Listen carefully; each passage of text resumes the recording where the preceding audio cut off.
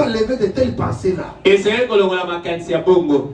photo-là, c'est l'ange de l'Éternel. C'est la colonne de feu. C'est la forme que Dieu a pris. Mais pour avoir les effets positifs, il faut une vie consacrée. Une vie pieuse. Que Dieu habite dans votre maison. Et dans votre cœur. On fait ça film nigérien. On va chambre. On fait ça série. Il y a Marina. Il y a tous ces démons-là que le diable utilise. Maintenant, Dieu a donné Dieu quoi? Ça y est, pour personne dans un bénin. Tu as pris le téléphone. Aussi téléphone. Tu as laissé à Esobe et à Saïsaï. Au bonzeli yango Esobe na Saïsaï. Maintenant tu as donné Dieu quoi? Au personne dans bénin. Parce que le frère Bana me dit. Peut-être que Bana malobi. Dieu n'utilise que ce que nous lui donnons. Zamba sale la kabobelo biso to personne na ye. Qu'est-ce que Dieu va utiliser? Zamba ko sale la ni. C'est que toi tu lui as donné. Oh yo personne. Que Dieu nous aide. Zamba asunga biso. Je ne suis pas pressé, même si je ne termine pas, on va prêcher ça prochainement. Vous voyez? Oh Jésus.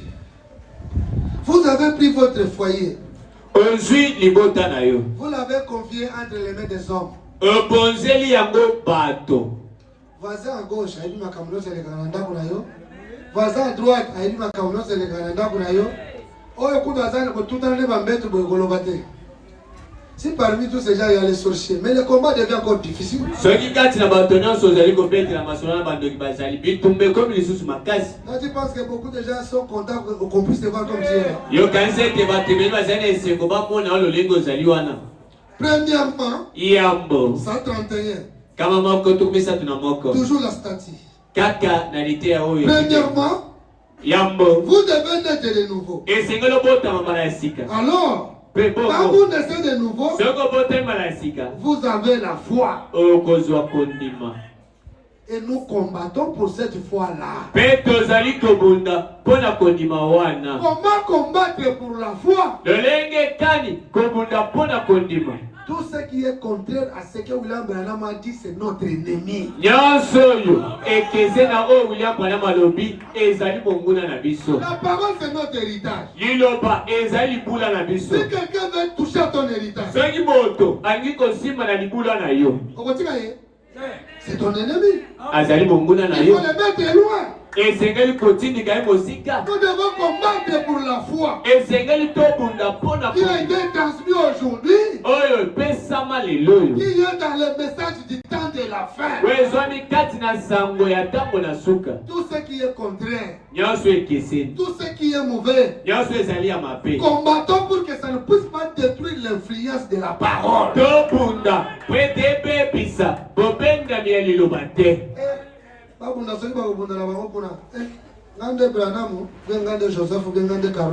Oh! C'est ça, c'est eux qui sont les héritiers de la parole? Non. L'héritage c'est pour nous tous. Et chacun doit prendre selon sa portion. Si moi je prends ma portion, je prospère. Et comme ce que jalousie dans mon thème à la vie. Toi tu es négligent. C'est comme un papa. Il achète un terrain. Il partage. Là, si la commis mon colo, yo le pas mon yo. Azimbo wakato minda kuna ye afandi. Ngala azimbo na ngana boyiko za locataire na kena tongi na fandi. Le pango leki munene na salinda na cheba locataire. Ceux qui n'ont pas construit seront d'accord avec moi. Même si vous savez, quand vous avez péché, nous on tombe. C'est ça le problème avec la parole de Dieu. Moi je reçois la parole. Je mets du sérieux. Dieu prend place pour moi. Dieu pourvoit. Dieu combat pour moi. Dieu me bénit. Dieu me rend prospère. Vous devenez jaloux. Vous allez rencontrer Dieu sur votre chemin.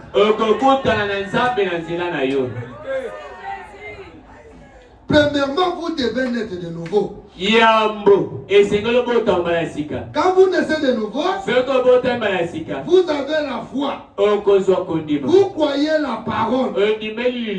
Tant que vous n'êtes pas né de nouveau, vous collaborez seulement avec la parole. Ah frère, il y a même un message. Vous avez un message, on a après. Merci Jésus.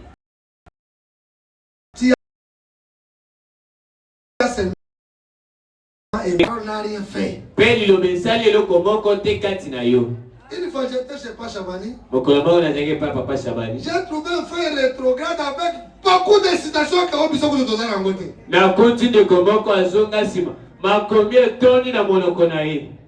Il vous donne des citations, des brochures au bout de la voix de dire comment vous imprimez un micro. À parmi les citations, on look à notre téléphone, brochure, on a imprimé. Mais lui a été de boire. D'ailleurs, Branham, c'était les cigarettes. Voilà, la citation, la rétrograde, la bonisa, on peut très bien. Frère, ce qui est à la radio, on consomme ma cigarette, on pèse mon soumuki. On a saint d'esprit, il y a Branham,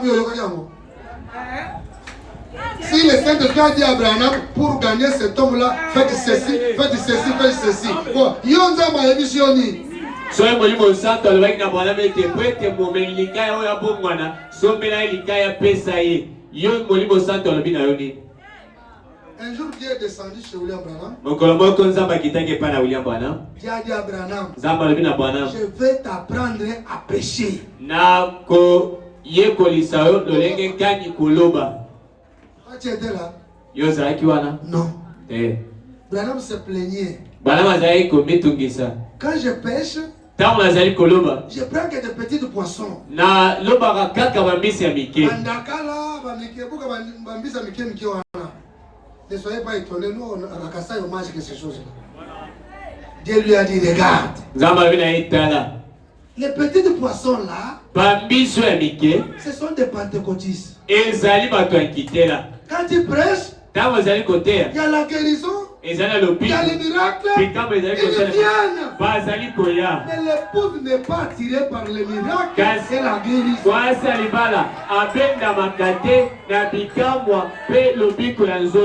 Assis-toi. Dans la vision.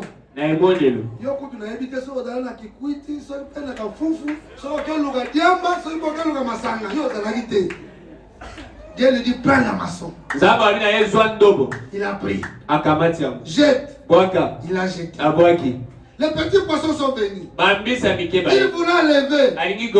Dieu lui dit sois patient. Bougez seulement les filles. Quand tu vas bouger, les petits poissons vont fuir. Essaye de mettre des petits mouvements. Et fais descendre la maçon jusqu'en bas. Il a fait descendre ça. Il a vu un gros poisson.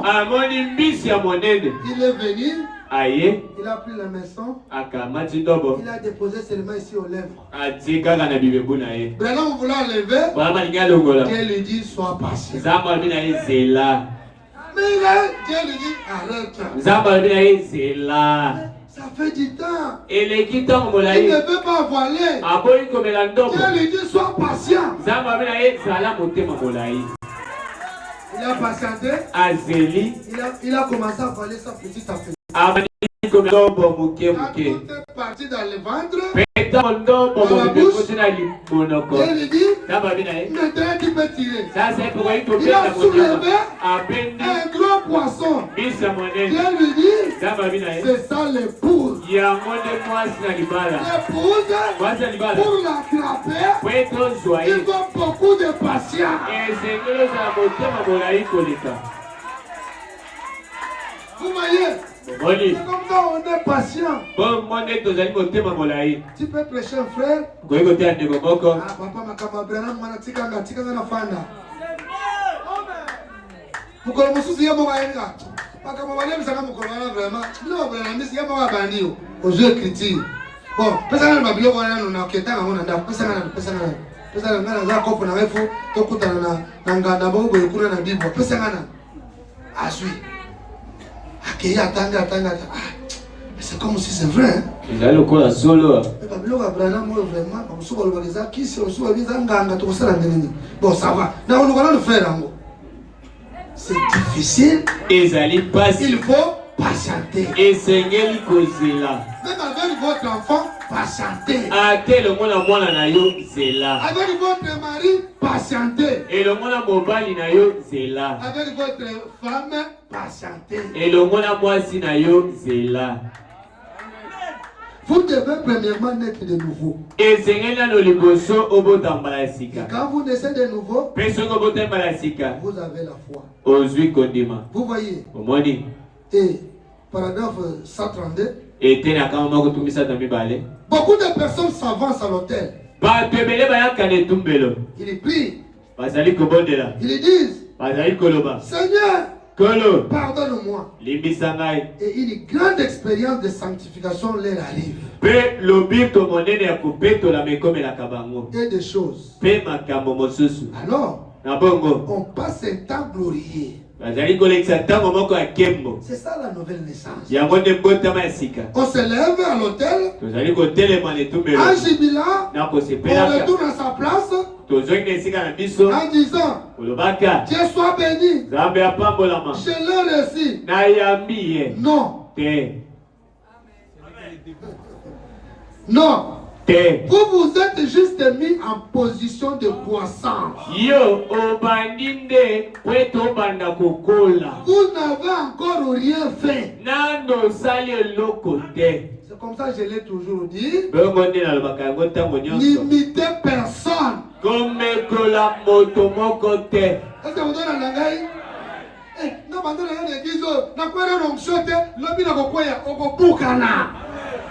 c'est même pas de Dieu. Est-ce que vous donnez la langue? Oh non, non. Vous êtes mis en position de croissance. Vous n'avez encore rien fait. Voyez, tout ce que vous avez fait, c'est simplement poser le fondement. On peut rester là même pendant 6 mois. Eh bien, 133. Vous allez construire une maison. Vous coulez les fondations. Et vous dites, oh mon gars, j'ai une maison. Voyez, vous avez les fondations sur lesquelles vous pouvez construire votre maison.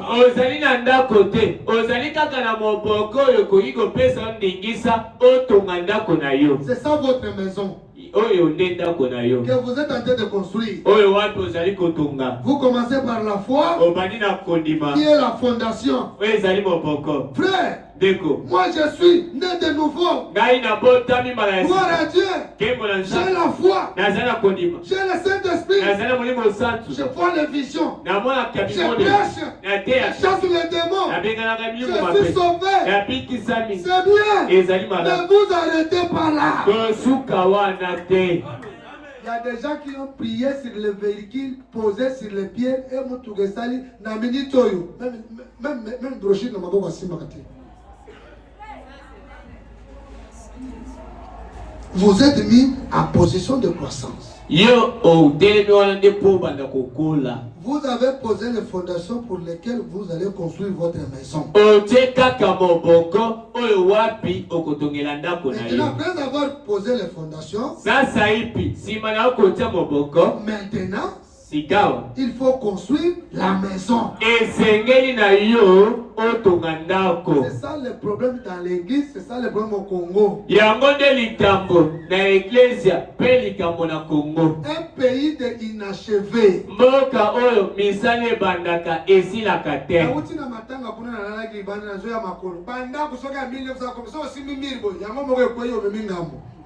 Pourquoi inachevé? Pona nini esila te. Et Branham dit, Pe mwana malobi. si je trouve ça, je vais lire. C'est comme ça. ezali de bongo. Nous avons beaucoup de caracas de chrétiens. Tozali na ba Kristo oyo basala sala kala balemba batama pembeni. Ba pauvre ba chrétien dans l'église. Et ça vous voulez Branham, ce n'est pas moi.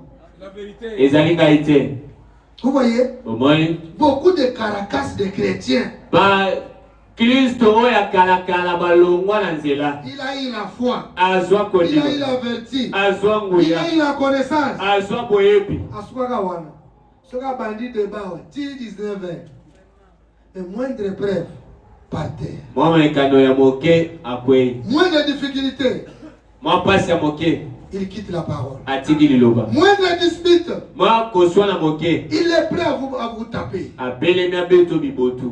Pourtant, Zokande. sa vie avait rayonné. Bongo na ngengaki. Mais il s'est arrêté en cours de route. Kasi atelemi na ye na nzela. Oh, c'est un pasteur. Il nous a prêché. Ateaki biso. Mais aujourd'hui, kasi lelo il est rétrogradé. azongi sima. C'est un épave de pasteur qui a rétrogradé parce qu'il s'est arrêté en cours de route. Azali kaka epave moko bokengeli oyo ezongi sima po ete asuki na ye na kati ya nzela. 139, je vais sauter. Kama moko tumisa na libwa na kopumbuka. Maintenant, sasa epi. Mais tellement beaucoup parmi nous lokola mingi kati na biso essaye de faire les œuvres de Christ bazali koluka kosala misala ya Kristo avant que les reflets de Christ soient en eux. Yambo ete botalisa mito pe kongenga ya Kristo ezwa kati na bango. Est-ce que vous avez l'anaï? C'est ça fabriquer le christianisme. Yango nde komisalelaki bo Kristo. Frère, c'est un message, hein? Mais ça, ne bandelezaka na zel moko olega ta moto andimaki il y a 10 ans. Wala yo attendre kono mwasi même moto moko boko matate même kiti moko po. Comme si yé pe satana yé. C'est ça les sels du commencement. Yango nde moto ya ebandeli. C'est bien. Ezali malamu. Ne vous arrêtez pas là-bas. Kasi kosuka wana te. Sinon, soki te. On va vous retrouver là-bas. Tokokuta okuna. Makolo likolo. On y a tête avec pour. Mais c'est frère voilà. Oh frère on a abandonné biso. Eh na moni kuna na bitabe. Akomina ko bila miseka mokili. C'est ça le problème. Vous faites les œuvres de Christ sans que les reflets de Christ soient en vous.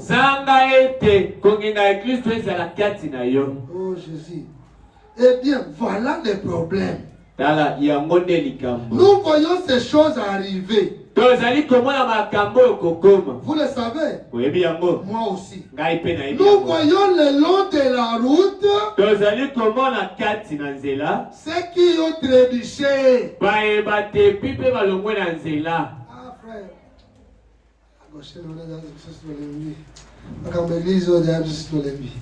Des fois, Azalagi voise. Parce que vous avez un des fois, Azalagi interprète. Des fois, Azalagi diacre. De Azalagi prédicateur. Mais Abaye naïe. Et Abongizela. Nous voyons le long de la route les épaves de prédicateurs. Des chrétiens qui ont été mis dans les rencarts. Parce qu'ils